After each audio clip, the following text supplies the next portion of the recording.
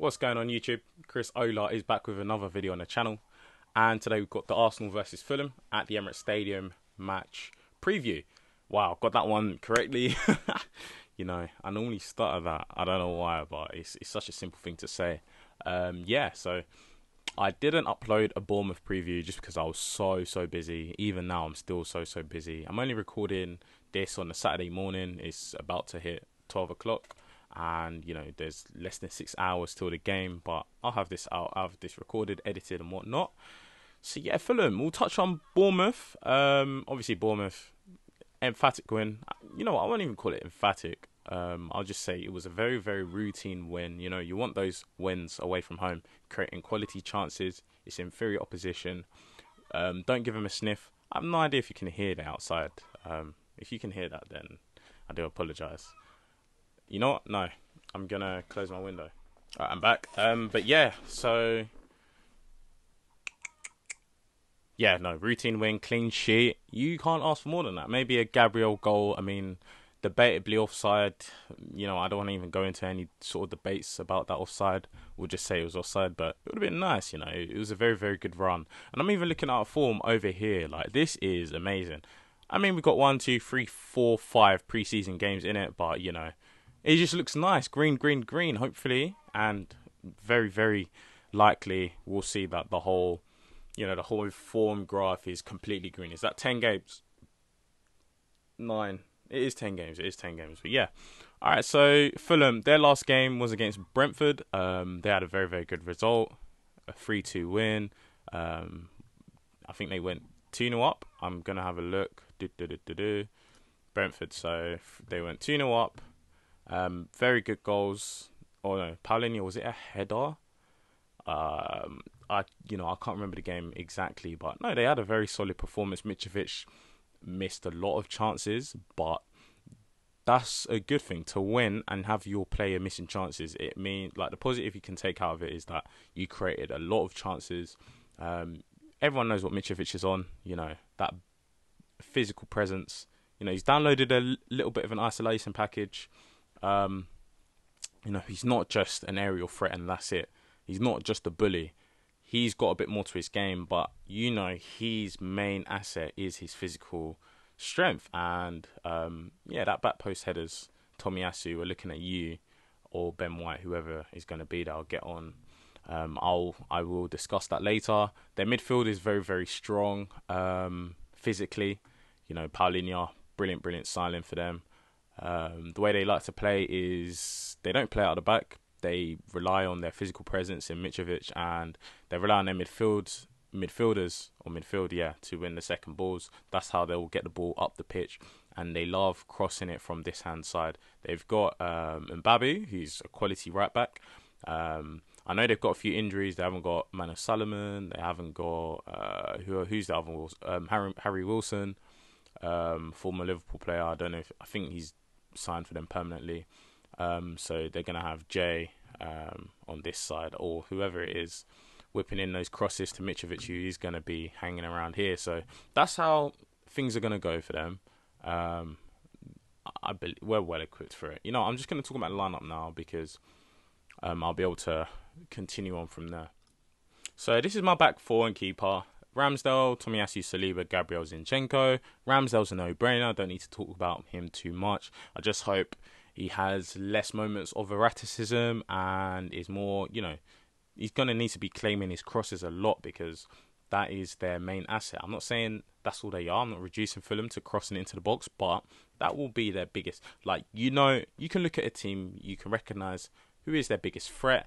It's Mitrovic, and unless you're stupid, you're not going to, unless you're stupid, you will play into it. You will feed your danger man in the best way possible. So Ramsdale, you need to be commanding your box, playing out from the back. I don't know Fulham too much to understand whether they press or not, but I feel like we're well equipped to deal with any sort of press they're going to throw at us. Tomiyasu at right back, I feel now is the time to bring him in. It's those back post crosses. Ben White is well equipped to deal with them, but I feel like Tomiyasu is way better equipped. So I just feel like Tomiyasu should come back in. But, if Ben White is to start, I'm not going to complain. That is fair.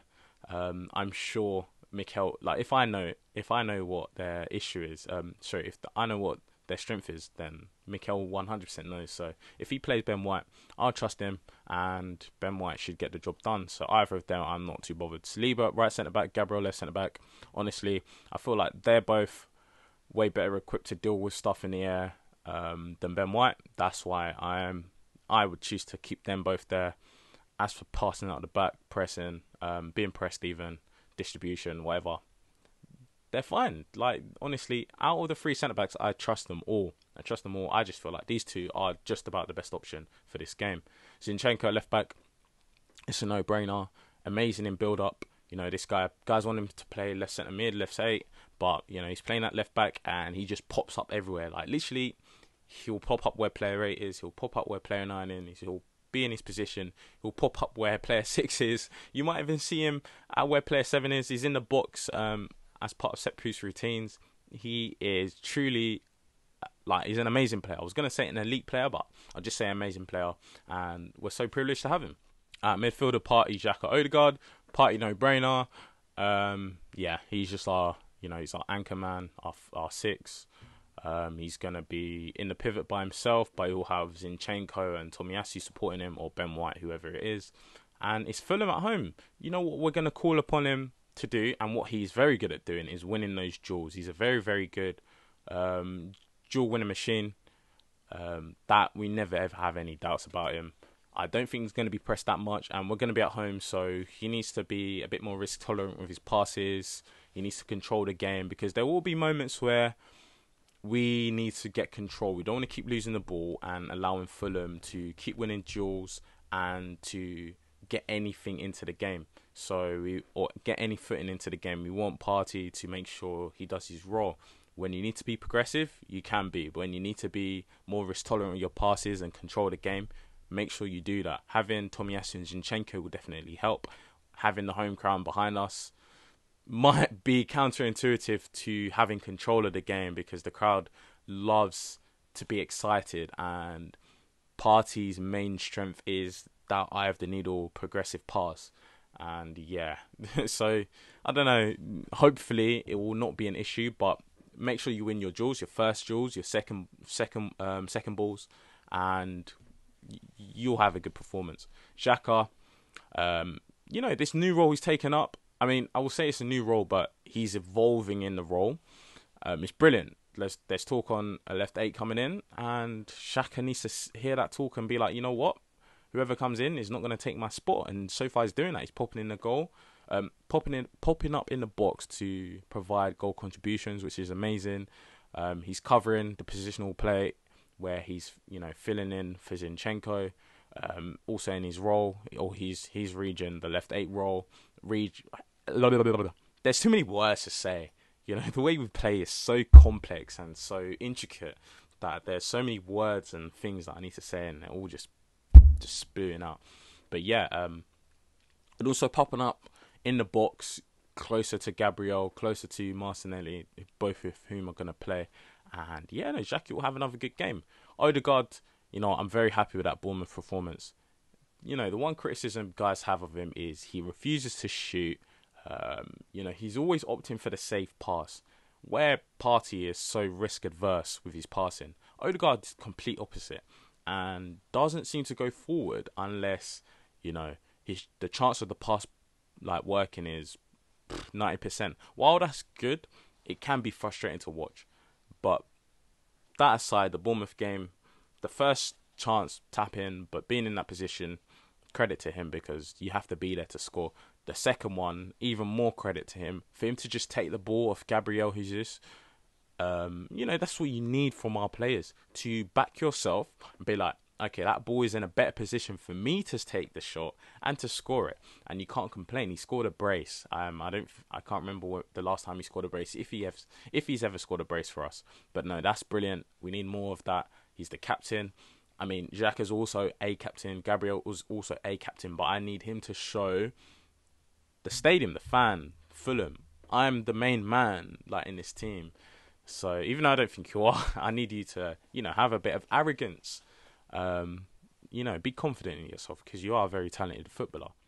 This is the front three: Saka, Jesus, Martinelli.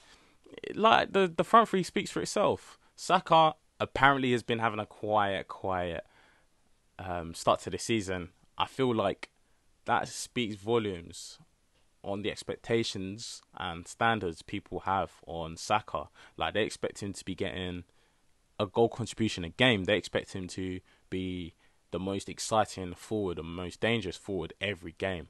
And that, while I think is crazy, I don't mind it. I know he's not phased. And, if there's so much attention being drawn to Saka every game, if the media's thinking this, if managers are thinking this, if fans are thinking this, surely the opposition are also thinking this. And that just allows for Jesus, for Nelly to do their thing as well. And it will get to the point where, people will recognise that Saka's importance in the team isn't as high as they thought it was, and that Nelly is equally as important. Jesus is maybe more important. I think he's more important. But yeah, like, attention will be drawn to those, and then Saka, people won't be speaking on Saka, and then all of a sudden Saka has this, space in the team to exploit the fullback in a 1v1 situation. But Saka, keep doing your thing. Like, I am not disappointed with his performances since the start of the season. Yes, he can do more, but he's doing just a bit more than a bare minimum, or just a bit more than what I expect of him. And keep going. You'll get your opportunity. I just want, when you get that opportunity, to, not snatch it, but to just keep your cool head and just to take it. No, he will deliver when he's called upon. Because look, when the team has been in the trenches, in the mud, he has single-handedly dragged us out of the mud by himself. So, there's no need for the slander that he's been getting from a few fans. But, if they want to slander him, it is what it is. I know for a fact it's not affecting him. Martinelli, he stepped up a level, a few levels since last season to the start of this season. Goal contributions, his isolation package, his contribution to build up, his ability, his versatility in the positional play. I've seen him pop up where Xhaka is. I've seen him pop up where Zinchenko is. I've seen him go to the centre forward. He's popping up with goals. He is just explosive. He's what's it called, the La Pausa, where you're not having to play at 100% all the time. You're not always picking out the obvious pass or doing the obvious action. He's slowing his game down and then exploding just like that. The way he cooked for Fofana at the Emirates 2 weeks ago was a brilliant display of it. Like, he'd slow the game down and then boom, go, because he's an incredibly explosive talent. And no, I'm looking forward to seeing what he's going to bring to this game. And Jesus, I don't need to say much about this guy. Like, honestly, that dribble he did, I'm going to speak on it again. I've spoken about it so many times. It's one of my favourite passages of play from a centre forward. He used his body. That ball from Ben White went into the sky. Used his body to protect, the area he wanted to take the touch into and to offset the defender. He plucked it out of the sky. It was just beautiful. I think I saw an analogy or a description where, those weight balls that you use in the gym, just you drop it on the floor, it's dead. That's what he did to the ball. He killed it. And then he goes on a run. He takes it past one player, maybe two players. A Messi-esque run. Why should I even say Messi-esque? This is the player we've got. Jesus. That is Jesus. Lays it off to Nelly. Nelly takes a shot. Unfortunately, Jesus didn't get the assist, but tapping for Odegaard off the rebound. And honestly, it's a shame he didn't get the goal. He's going to get the goal today, hopefully. Maybe he'll get 2-3 goal contributions, but just keep it up, Jesus. You are the main man. You're the striker. You're the number 9, and you are going to spearhead us for any sort of challenge we want to do. You're the main guy, and you need to just stay fit. So yeah, that's the lineup. I feel like the key battles in this team will be the midfield. Our midfield versus their midfield. Our midfield needs to win those balls, those first duels and the second balls. Saliba, Tomiyasu, you're going to be called upon a lot. Gabriel as well, but those two more often than not, because Fulham love to cross from the right flank / right half space. I wouldn't even say the right half space. It's more just the right flank, quite deep at times. And, Jesus, you're up against a very, very physical defence, but their defence is very leaky. We get past their midfield, we're not going to struggle at all. I kid you not. that's the way I see it. We get past their midfield, we're not going to struggle. So I'm going to go for I'm going to go for an emphatic 4-0. I feel like this is the game that we're going to lay down, make a statement. Liverpool struggled to Fulham, drawing 2-2.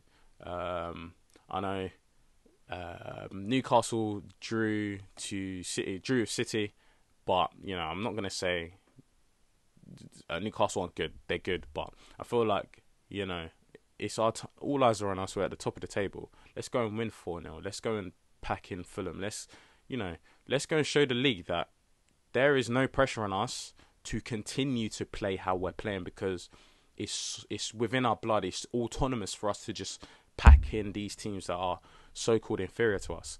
That's the sort of marker we need to lay down, because there will be no excuse, there will be no reasoning, there will be no arguments that people can use against us if we go and pack in Fulham and other teams drop points. Like, are you gonna sit here and say that Palace, Bournemouth, Leicester, and Fulham, they're all easy games that we expected Arsenal to win, when Fulham are picking up points against other so-called title challengers or other so-called good teams that they're expected to lose to as well? You can't discredit Arsenal if we beat the teams that we're supposed to beat emphatically and no one else is doing it. Like, are you going to use that stick to beat us? Then you need to change your tone. You can't keep moving the goalpost. But that's it from me. I've spoken for a long time. I need to try and edit this video down. Again, I said 4-0. I'm going to look funny. I'm going to have egg on my face if we don't win. But that's not even crossing my mind. So that's it from me. I'll see you with a review, hopefully. Hopefully I'll have the time to make one. But yeah, no, in a bit.